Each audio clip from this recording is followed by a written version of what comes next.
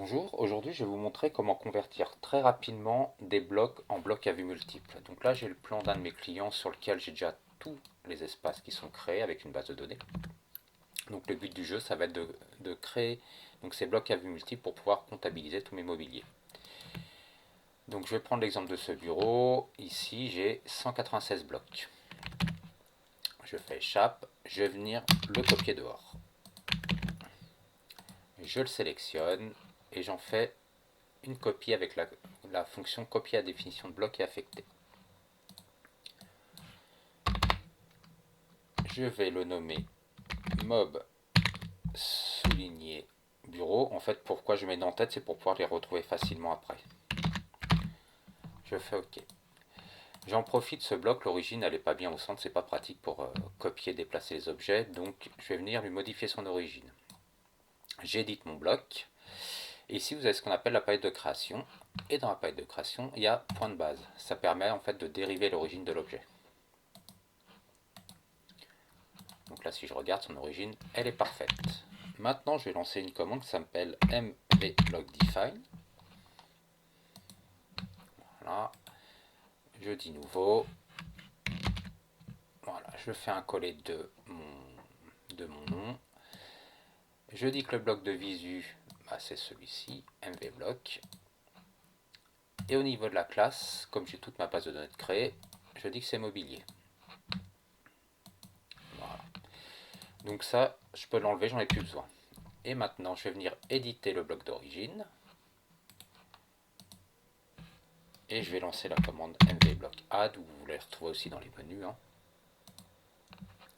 Donc là, par défaut, il me sort étiquette surface. Moi, je lui dis que c'est ce que je viens de créer.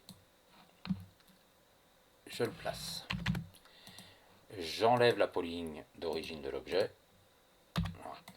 Donc là, on voit bien, c'est bien mon bloc à vue multiple que j'ai créé. Je le mets sur le calque mobilier. Et vous voyez, j'ai bien la base de données qui est venue automatiquement. Petite astuce, dans AutoCAD, sur chaque plan, il y a une variable qui s'appelle AEC PS Auto Attache. Ça permet en fait, dès qu'on met une classe sur un objet, de ramener automatiquement les jeux de propriété. Si ça ne le fait pas tout seul, c'est que cette variable en fait, elle est à 0. Donc moi, vous voyez, ça la fait automatiquement. Actif, c'est 1. Si elle est inactive, vous tapez 1, entrée. Je referme, j'enregistre. Et vous allez voir maintenant ce qui se passe. Je sélectionne tous mes blocs. Je vous montre ce qui va se passer. Je vais aller les décomposer. Hop, je décompose. Et voilà. Donc tout ça, c'est devenu du bloc à vue multiple. Alors là, on voit qu'il y en a deux, ils n'arrivent pas à se localiser. Alors c'est pas grave, on clique sur la table de nomenclature. Ici, vous dites afficher. On appuie sur CTRL au clavier et on clique sur la ligne. Voilà, c'est celui-ci. Effectivement, il se passe introuvable. Alors il suffit juste de déplacer sa petite croix. Voilà, on fait précédent. Pour le deuxième, on fait pareil. On clique, afficher, CTRL, zoom, hop. Et celui-ci, c'est pareil, on le redéplace. Voilà, je vous en fais un petit deuxième pour la route. Donc, ça va être le caisson. Je vais venir le copier.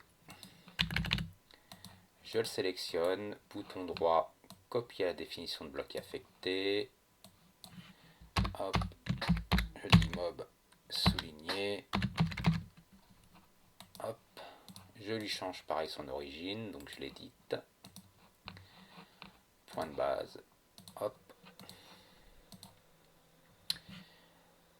MV block define. Hop, je fais un nouveau. Je colle le nom.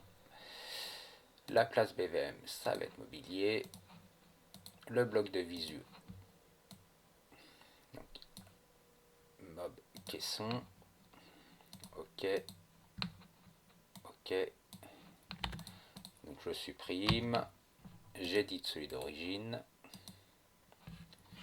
MV block add. Donc là, ici, je lui dis que c'est mon caisson. je supprime la polyligne, je vérifie, c'est bien, la base de données est venue avec, je le mets sur mobilier, fermer, enregistrer. Je le sélectionne les similaires, et vous allez voir, ça va compléter la table de nomenclature, décomposer. Voilà.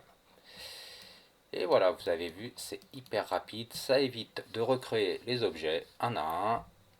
On gagne énormément de temps avec ces petites manips. Donc voilà, c'était le petit tuto du jour. Comme d'habitude, n'hésitez pas à me contacter JLSolving. Mon adresse mail jl.solving@gmail.com. Si vous avez n'importe quelle question autour d'AutoCAD architecture, je suis là pour ça. Bonne journée à tous.